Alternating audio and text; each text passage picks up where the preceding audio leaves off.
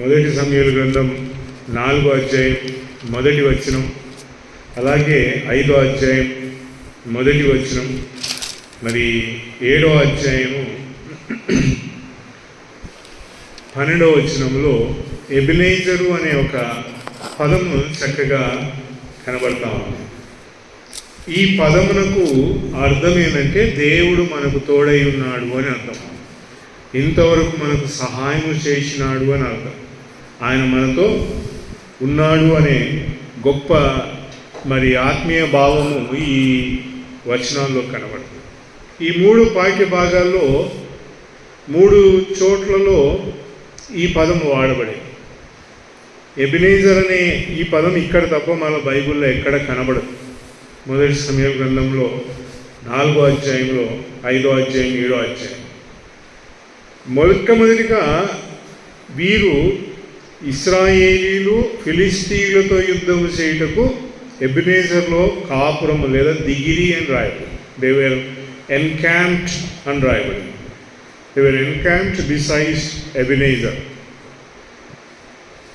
ఇశ్రాయేలీలకు దీని పేరు యొక్క భావం బాగా తెలుసు. ఎబెనేజర్ అంటే ఏమి బోధిస్తూ ఉందో వారికి చక్కగా తెలుసు. ఈ పేరు ఎక్కడి నుంచి వచ్చింది అనేది మనకు ఎక్కడ కనబడదు. ఎవరు ఈ పేరును పెంచినారు అనేది కూడా మరి బోధపడదు. కేవలం దానికి అర్థం ఏంటంటే సహాయం చేయగలిగే బండ అని అర్థం, సహాయం చేయగలిగే రాయి అని అర్థం. ఈ ప్రదేశంలో ఇశ్రాయేలు ఉన్నారు. అంటే సహాయం చేయగలిగే ప్రదేశంలో ఎవరున్నారు అంటే దేవుని ప్రజలు పాలెము వేసుకొని లేదా గుడారాలు వేసుకొని లేదా అక్కడ ఈ ఫిలిస్తీయులతో యుద్ధము చేయడానికి వెళ్ళారు. యేసు ప్రభుని నమ్ముకున్న భక్తి జీవితంలో మనకందరికీ కావలసిన వెలుగు ఏంటంటే సహాయం చేయగలిగే వాని దగ్గరే మన సహవాసం ఉండాలి. యేసు ప్రభును రక్షకునిగా అంగీకరించి పాపక్షమాపణ పొందిన మన భక్తి జీవితంలో నువ్వు నేను ఎక్కడుండాలి అంటే ఎక్కడైతే నాకు సహాయం లభిస్తుంది, ఎక్కడైతే నాకు దీవెన దొరుకుతుంది అనే ప్రదేశము మనం గుర్తెరగాలి. కీర్తనకారుడు కీర్తన గ్రంథంలో రాస్తూ 122వ కీర్తనలో అంటాడు, ఇదిగో ఆకాశము వైపు నా కనులెత్తుచున్నాను, ఎక్కడి నుండి నాకు సహాయం వచ్చు. దేవుడు మనకు సహాయం చేసేవాడు. భక్తి జీవితంలో యేసు ప్రభుని నమ్ముకున్నాక మనం అనుకుంటాం, నేను ఈరోజు బైబిల్ చదువుకున్నాను, ఈరోజు నేను పాట పాడుకున్నాను, ఈరోజు నేను చక్కగా ప్రభు కొరకే సంతోషంగా ఉన్నాను, దేవుడు నాకు సహాయం చేసినాడు అని అనుకుంటాం.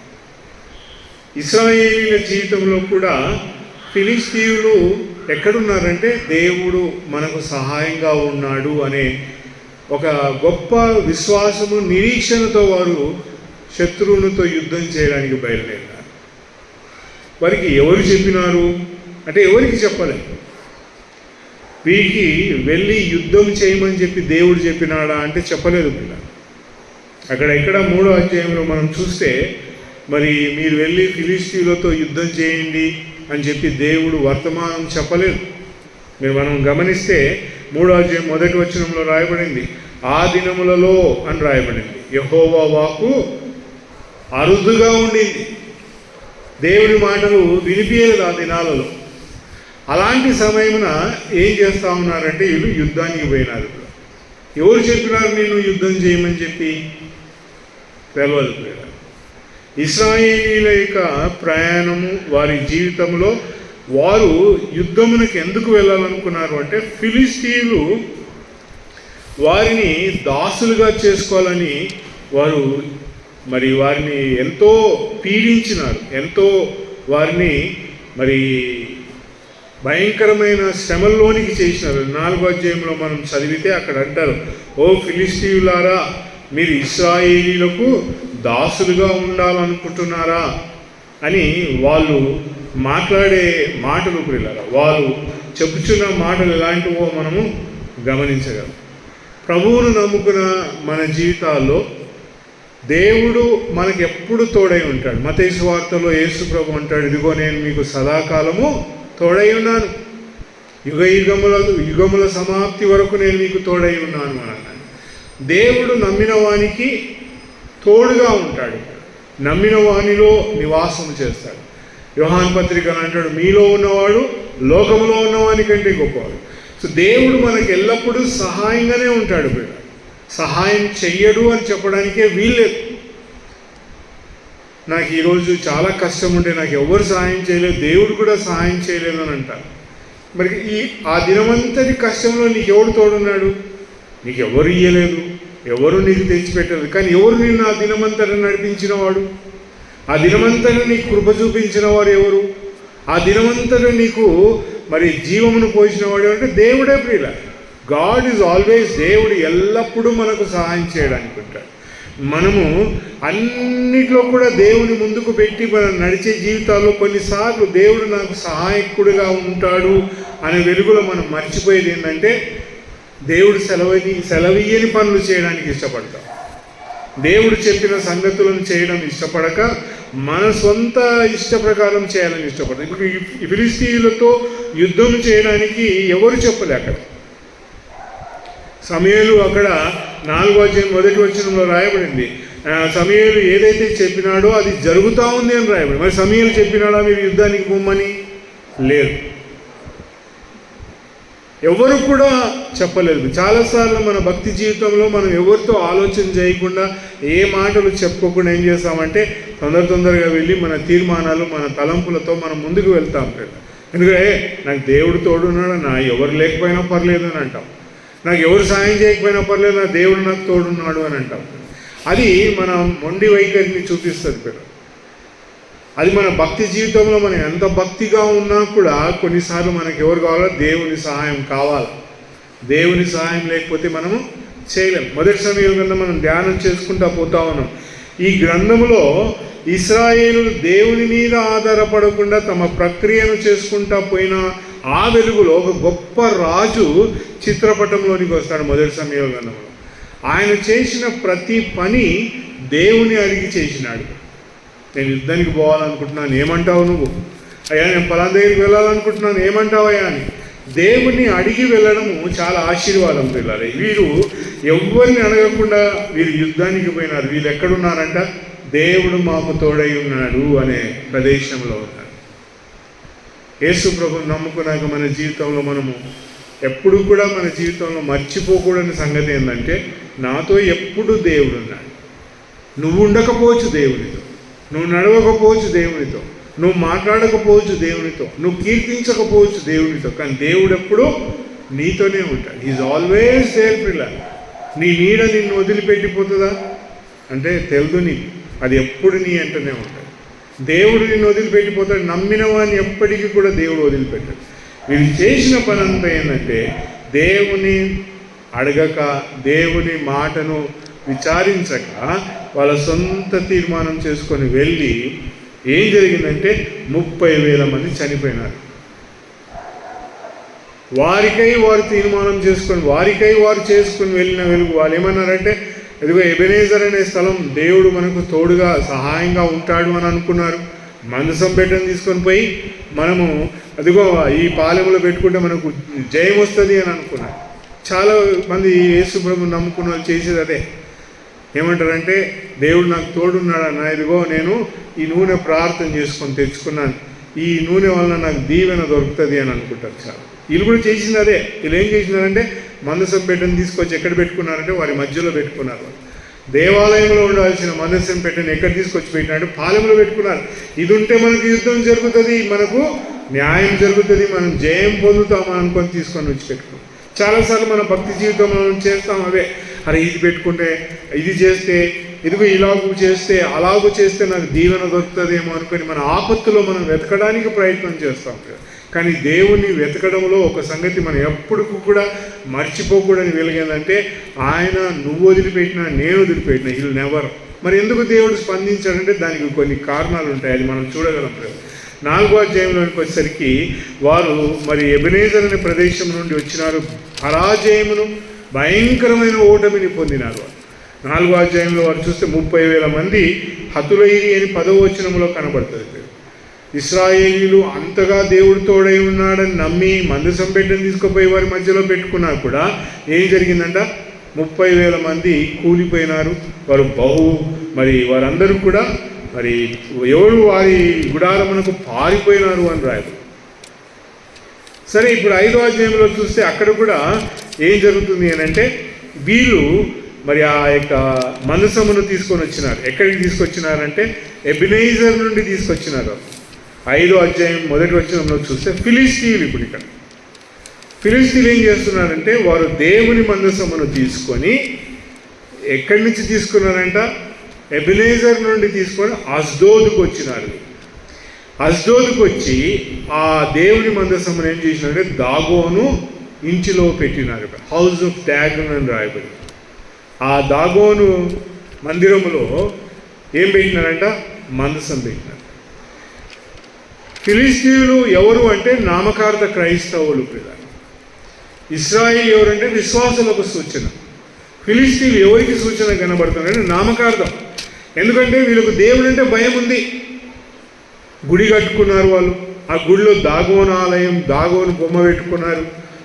దేవుడు రాని ఒక భయం ఉంది, భక్తి ఉంది, ఆచారం ఉంది. వాళ్ళ దగ్గర బంగారం అర్పించాలని ఆచారం ఉంది, దుస్తులు పెట్టాలనే ఆచారం ఉంది. వాళ్ళ దగ్గర అన్నీ ఉన్నాయి. ఈ భూలోకంలో యేసు ప్రభువుని నమ్ముకున్న మత భక్తి కూడా చాలా ఉంటుంది బ్రదర్, అనేకులు. ఈ ఫిలిస్తీయులు దానికి నిదర్శనం. వీరు ఏం చేసినారంటే వారు తమ మత భక్తిని ప్రదర్శించినారు. ఎక్కడి నుంచి ఆరంభం అవుతున్నారంటే వాళ్ళు కూడా ఎబెనేజర్ నుంచి ఆరంభం అవుతా ఉన్నారు. నమ్మిన వానికి ఆరంభం అక్కడే, నామకార్థంగా జీవించేవాని ఆరంభం అక్కడే ప్రియులారు. ఎవరికైనా ఆరంభం దేవుడే. దేవుడు నాకు సహాయం చేయగలడు అనే వెలుగులోనే సాగుతాం ప్రియులారు. చాలామంది ఉన్నారు నామకార్థంగా పేర్లు పెట్టుకొని మేము క్రైస్తవులు అని చలామణి చేసుకునేవాళ్ళు. మేము ఇదిగో గొప్ప గొప్ప గుళ్ళను కట్టినాం, మా తాత ముత్తాతలని మాట్లాడుకోగలిగి గొప్ప గొప్ప మరి ముద్రలను చూపించుకోగలిగే నామకార్థ క్రైస్తవులు అనేకులు ఉంటారు ఇప్పుడు. అయితే ఈ వెలుగులో మనం చేయాల్సినంత, మనం చెప్పగలిగినంత ఏంటంటే, నేను మరి ఎబెనేజర్ నుంచి నేను కూడా వస్తున్నాను. నామకార్థ జీవితం ఉన్నా కూడా వారి జీవితాల్లో వాళ్ళు ఏమంటారంటే యేసు ప్రభువే మాకు దేవుడు, యేసు ప్రభువే మా రక్షకుడు అంటారు. కానీ వారు ఎక్కడున్నారంటే ప్రతిమలు ఎక్కడున్నాయో అక్కడ నిలబడి ఉన్నారు. ప్రతిమ అంటే దేవునికి వ్యతిరేకమైన క్రియలు, దేవునికి వ్యతిరేకమైన స్తూపాలు. ప్రియుల వీరు ఎక్కడున్నారంటే ఫిలిస్తీయులు మందసమును తీసుకొని ఎక్కడి నుంచి వస్తున్నారంటే వాళ్ళు కూడా ఎబెనేజర్ నుంచే బయలుదేరినారు. ఎంత చక్కగా వాక్యం మాట్లాడుతూ ఉంది 5వ అధ్యాయం. వారు ఎబెనేజర్ అంటే మనకు సహాయంగా ఉండే బండ. దేవుడు ఎలాంటి వాడంటే ఒక చక్కని బలమైన కోట. ప్రియులారు, నా ఆశ్రయ దుర్గము నీవే, నా బలమైన కోటవు నీవే, నా బండవు నీవే. ఇవన్నీ కూడా ఆయన, ఇవన్నీ తెలిసి మతభక్తిని ప్రదర్శించాలని ఏం చేస్తామంటే దేవుని తీసుకొచ్చి ఎక్కడ పెడతామంట, మనం ప్రేమించే గొప్ప గొప్ప స్థానాల్లో దేవుని తీసుకొచ్చి పెట్టేస్తాం. యేసు ప్రభుని నమ్ముకున్న వారి జీవితంలో మతపరమైన జీవితం కాదు కావాల్సింది. మనకు కావాల్సింది ఏంటంటే దేవుని కొరకై నిజమైన భక్తిని జీవించాలి. పోనీ వీరు వచ్చినారు, వీరు తీసుకొచ్చి ఎక్కడ పెట్టినారు, దాగోన్ గుడిలో పెట్టినారు. వీరి భక్తి ఎంత గొప్పగా ఉందంటే వారు వచ్చి మరుసటి రోజు చూసినారు. 5వ అధ్యాయం 3వ వచనంలో చూస్తే, మొదటి సమూయేలు గ్రంథం 5వ అధ్యాయం 3వ వచనంలో వారు అష్డోదు వారు ఉదయమునే లేచి, అక్కడ రాయబడింది వాళ్ళ భక్తి ఎట్లా అంట, అందరికన్నా లేచినారు. ఆ రోజు అర్లీ అని రాయబడింది అక్కడ. మేము చిన్నప్పుడు మా అమ్మమ్మ వాళ్ళ ఇంటికి చాలా వెళ్ళేవాళ్ళు. మా అమ్మమ్మ పొద్దున్నే లేపేది 5 గంటలకు లేచి రెడీగా గుడికి పోవాలి, చర్చికి పోవాలని చెప్పి 6 గంటలకంతా గుడికి తీసుకొని పోయేది. మతభక్తి ప్రియులారా. ఎట్లాంటి భక్తి అంటే ఇక్కడ వీళ్ళు ఏం చేసినారంటే వారు ఉదయమనే లేచి, ఆయన rose early the next day, behold Dagon had fallen on his face to the ground before the ark. ఏమైందంట, ఆ దాగోనులో ఉన్న ఆ ప్రతిమ మందసం ఎదుట సాగిలపడింది. ఏమో అంత పొద్దునే లేచిపోయి పూజకు పోతావు, బైబిల్ పట్టుకొని పోతావు, ప్రార్థన పోతావు. ఏమో ఇట్లా లోకంలో అంతా సిగరెట్లు తాగకుండా, బీడీలు తాగకుండా, కళ్ళు తాగకుండా, చెట్లు మొక్కుంటా, పూలు పెట్టుకుంటా, కొబ్బరికాయలు కొట్టుకుంటా, క్యాండిల్ ముట్టి, ఏంద్రా ఈ భక్తిని ఫెయిల్ అయిపోయినారు పిల్లలు. వీళ్ళ ఆరంభం ఎక్కడి నుంచి ఉందంటే వీళ్ళు కూడా ఎబెనేజర్ నుంచి ఆరంభించినారు. కానీ ఎక్కడ వచ్చినారంట, గుడిలోకి వచ్చేసరికి ఆ దాగం ఏమైపోయిందంట, కింద పడిపోయింది. అయితే మన 4వ వచనంలో చూస్తే వారు వచ్చి ఏం చేసినారంటే, and when they arose early the next morning, మళ్ళా పొద్దున్నే లేచినాడు. ఈ రోజు పొద్దున్నే లేస్తే నేను తప్పులు చేసిన, ఇప్పుడు నేను ఈ నెక్స్ట్ డే వచ్చే రోజు చూడు నువ్వు ఇంకా పొద్దున్నే 4 గంటలకి లేస్తాను నేనని ఈ పొద్దున్నే లేచినాడంట. లేచి ఏం చేసినాడు, పోయి చూస్తే అక్కడ ఏం జరిగింది అంటే, దాగోను మంచం ఎదుట పడి and the head of the dragon and both the palms of his head and cut off. తలకాయ కట్ అయిపోయిందంట, 2 చేతులు కట్ అయిపోయి. ఒరే ఏదైనా పొద్దున్నే లేచి ఇంత చేసినా కూడా మరి లాభం లేకుండా అయిపోయింది, తలకాయ తీసేసినట్లయితే చేతులు ఇరిగిపోయినట్టు అయిపోయినాయి అని. అయ్యా నేను ఇంత చేసిన. పిల్లరా, మన భక్తి ఎంత గొప్పగా మనం ప్రదర్శించాలనుకున్నా దేవుడు మన భక్తిని దేంతో చూడాలనుకుంటున్నాడంటే మన హృదయంతో పోల్చాలనుకుంటున్నాడు. నా భక్తి బాహ్యంగా గొప్పగా నేను లోకానికి ప్రదర్శించడానికి నేను ప్రయత్నిస్తే, నా హృదయం దేవునికి దూరంగా ఉంటే ఏమంట పాలు ఉండదు ప్రియులు. అందుకే అపోస్తుల కార్యం 5వ అధ్యాయంలో అంటాడు, ఇదిగో మీరిద్దరూ చేసిన ఈ మరి 8వ అధ్యాయం క్షమించారు, అపోస్తుల కార్యం 8వ అధ్యాయంలో గారెడి సినుతో అంటాడు, నువ్వు దీనిని డబ్బులతో వెలగట్టాలనుకున్నావు కనుక ఈ పరిశుద్ధమైన దాంట్లో నీకు పాలు లేదు అంటాడు.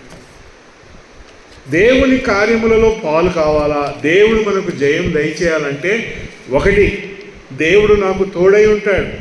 అది మనం మరిచి మన ఇష్టానుసారంగా మనం నడిస్తే ఆ నడుపుదలలో మనకు దేవుడు దీవెన దయచేయడు.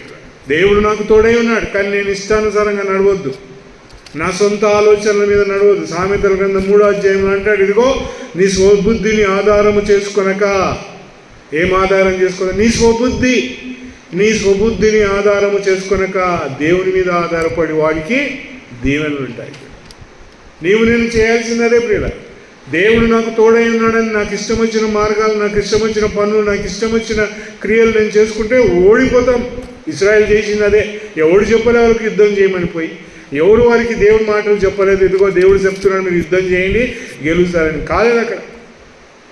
ఓటమి 30,000 మంది చనిపోయినారు.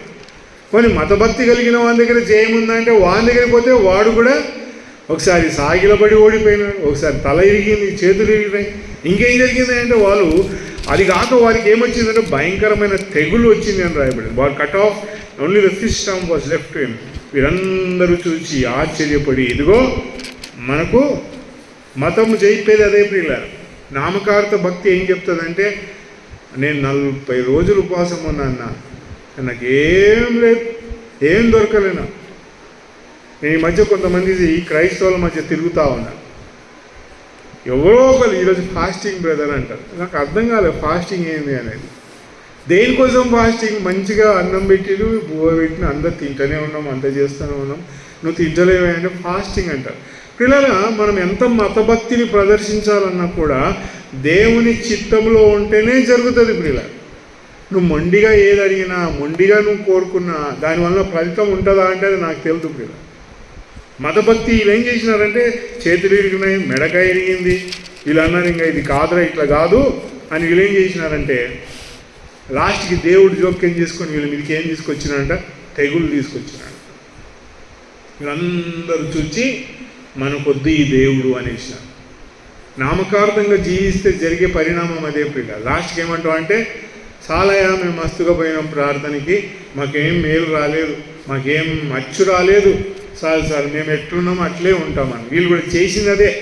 అరే మన గుడి ఇంత గొప్పగా కట్టుకున్న ఈ గుడిలోనికి ఈ మనసం పెట్టి తీసుకొచ్చి మనం గొప్ప గొప్ప అంగరంగ వైభవాలు చేసుకున్నాం అనుకుంటే మన గుడిలో ఉన్నవని నాశనం అయిపోయి మనకు తెగులు చుట్టుకొని మనం బాగాలేకపోయినాం. ఏంది ఇదంటే నీ హృదయం దేవునికి సమీపంగా లేదు, నువ్వు ప్రదర్శించేదంతా కూడా లోకం చూడాలని ప్రదర్శిస్తున్నావు కనుక నీకు దీవెన రాదు.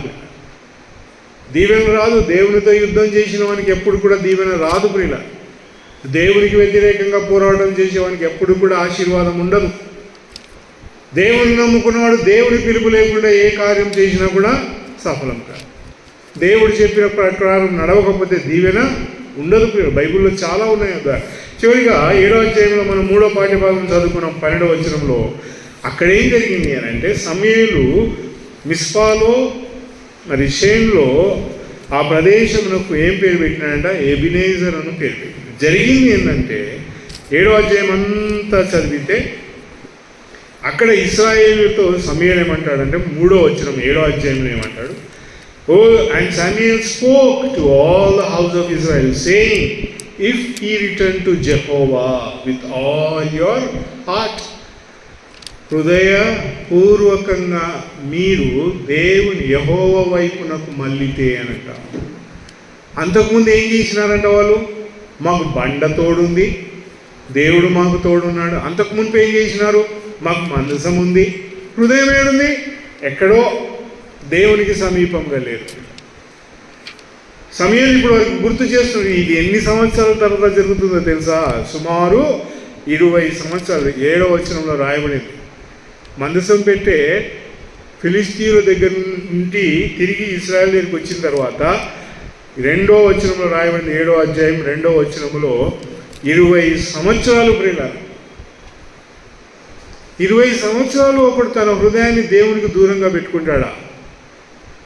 అంటే ఎంత భయంకరమైన స్థితి ప్రియులారా.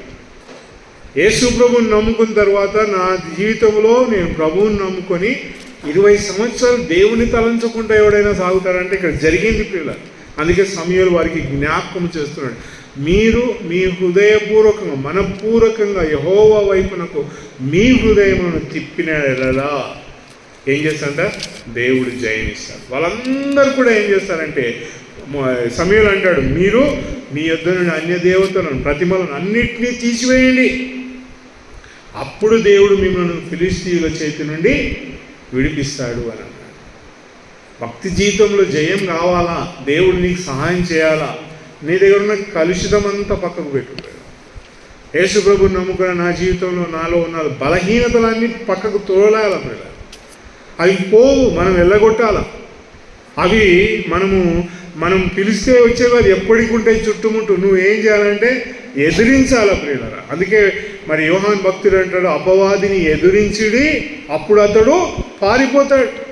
నీకు వచ్చే శోధన, నీకు వచ్చే శ్రమను ఏం చేయాలంటే ఎదిరించాలి. ఎదిరించి నిలబడితే నీ హృదయం ఏమవుతుందంట? దేవునికి చోటిచ్చిన వాడవుతావు. వీరు చేసిన కార్యం ఇదిగో, మీరు అన్నిటినీ తొలగించండి, మీరు ఇవంతటిని పక్కకు పెట్టండి. ఫిలిస్తీన్ల దగ్గరికి పోతే నామకార్థం వాళ్ళకు ప్రయోజనం లేకుండా అయిపోయింది, మనకు తీసుకొని పోతే మనము ఓడిపోయినాం అని వీరు ఎన్ని సంవత్సరాలు చల్లబడిపోయినారంటే 20 సంవత్సరాలు. మామూలు మాట కాదు అది. అంటే ఒక పిల్లవాడు పుడితే 20 సంవత్సరాల వయసు కలిగిన వాడు అంటే వయసుకు వచ్చిన అంటే ఎంత ప్రయాణమో చూడండి. 20 సంవత్సరాల వరకు వారి మనసులు, వారి హృదయాలు దేవుని వైపునకు తిరగలేదు పిల్లలు. జీవితంలో యేసు ప్రభుని నమ్ముకున్న వెలుగులో ఒక్క దినమే ప్రార్థన చేసుకోకపోతే, బైబిల్ చదువుకోకపోతే, ఒక పూట దేవుని స్తుతించకపోతే నిజమైన భక్తి కలిగిన వాడు ఎంత దుఃఖపడతాడో. ఈరోజు నేను దేవునితో మాట్లాడలేదు అని. 20 సంవత్సరాలు ఎంత ఎడబాటు అది చాలా కఠినమైనది ప్రియుల. అంటే చల్లారిపోయిన స్థితి. దేవుడు నాకు జయం ఇయ్యలేదు, దేవుడు నాకు ఏం మేలు చేయలేదు, దేవుడు నాకు ఎలాంటి దీవెనలు ఇవ్వలేదు, ఊడిపోయినా, అంత నష్టపోయినా, అంత పోయింది, అంతా నా జీవితంలో చెదిరిపోయింది. మై ఫ్రెండ్, దేవుడు సెలవిస్తున్నాడు. ఇదిగో ఆయన 20 సంవత్సరాల తర్వాత ఒక ప్రవక్త చేత పంపించి ఏమంటా ఉన్నాడంట? మీ హృదయములను తిప్పాయి. వారు పోయి యుద్ధం చేసినారు పిల్లలు, ఇంకా అన్నీ చేసినారు వాళ్ళు.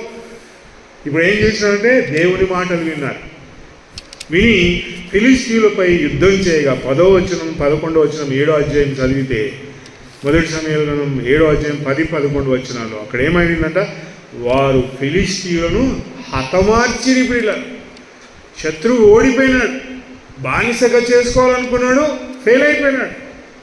ఎవరు గెలిచినంటే దేవుడు గెలిచినాడు. దానికి ఏమని పేరు పెట్టినారంట? యెహోవా మనకు సహాయము చేసాను. 12వ వచనంలో ఎవరు సహాయం చేసినారంటే ఇప్పుడు వారు యెహోవా మనకు సహాయం చేసిరు. అంతకు మునుపు 4వ అధ్యాయం 2వ వచనం 1వ వచనంలో ఎక్కడ ఉన్నారంట? వారు దిగిరి అని రాయబడింది అక్కడ. దేవుడు మనకు సహాయం చేసే ప్రదేశంలో దిగినాడు. దిగితే వచ్చేది ఆ మేలు. యేసు ప్రభువులో దిగినామయ్యా మేము అంటే, దిగితే నీకేం రాదు, దిగితే మనకేం లభించదు ప్రియుల. ఎక్కడి నుంచి వస్తుందంట? పై నుంచే సహాయం వస్తుంది. పైకి నువ్వు చూడాలంటే ఎక్కిపోవాలా. వీళ్ళు చేసిందంటే 7వ అధ్యాయంలో ఏం జరిగిందంటే, ఇదిగో వారు ఆ పేరుకి ఎబెనేజరు, యెహోవా మనకు సహాయం. ఎక్కడి నుంచి వచ్చింది సహాయం? దిగినందుకు రాలేదు సహాయం. నువ్వు దిగినందుకు నీకు సహాయం దొరకలే. ఎక్కడి నుంచి వచ్చిందా సహాయం అంటే, ఆకాశమునున్న దేవుని యొద్ద నుండి మనకు సహాయం. దేవుడు మనకు సహాయం చేయగలిగేవాడు కూడా, అది మనం మర్చిపోకూడదు. ఎప్పటికీ కూడా he's always there to help brother. మనం వెతకవలసినదంతా, మనం చూడవలసినంతా ఏంటంటే, నాకు సహాయం చేయగలిగేవాడు ఆయనే. He's there to remember me. మీరు అన్నారు, ఇదిగో ఇంతవరకు నాకు సహాయం చేసి. 121 కీర్తన 1వ వచనంలో అంటాడు, I lift up my eyes unto the mountains, when shall my help come? My help comes from Jehovah who made the heavens and earth. 121 కీర్తన 2వ వచనంలో, నాకు సహాయం చేయగలిగేవాడు ఎక్కడి నుంచి చేస్తాడంట? ఆకాశము నుండి చేస్తాడు. నీకు సహాయం ఏం చూస్తున్నాయా అంటే, నువ్వు దిగినందుకు సహాయం రాలే నీకు. ఇప్పుడు నువ్వు నీ హృదయమును తిప్పుకున్నావు, నీ హృదయమును మార్చుకున్నావు. ఇప్పుడు దేవుడు ఎక్కడి నుంచి ఇస్తున్నాడంట? అదిగో మాకు యెహోవా వలన సహాయం లభించింది. జయం పొందినారు. మరి జయం పొందినారు. 7వ అధ్యాయంలో 8వ అధ్యాయంలో వారికి ఒక రాజు నియమించబడినాడు. సౌలు అనే మొదటి రాజు స్థానమును తీసుకున్నాడు. కనుక ప్రియులారా, భక్తి జీవితంలో ఈ 3 సంగతులు ఎప్పుడు మర్చిపోదు. నేను నమ్ముకున్నా, నేను ప్రార్థన చేసుకుంటా, నేను బైబిల్ చదువుకుంటా, నేను అందరినీ ప్రేమిస్తా, కానీ దేవుని మాట ప్రకారం నడవకపోతే నీ జీవితంలో జయం ఉండదు.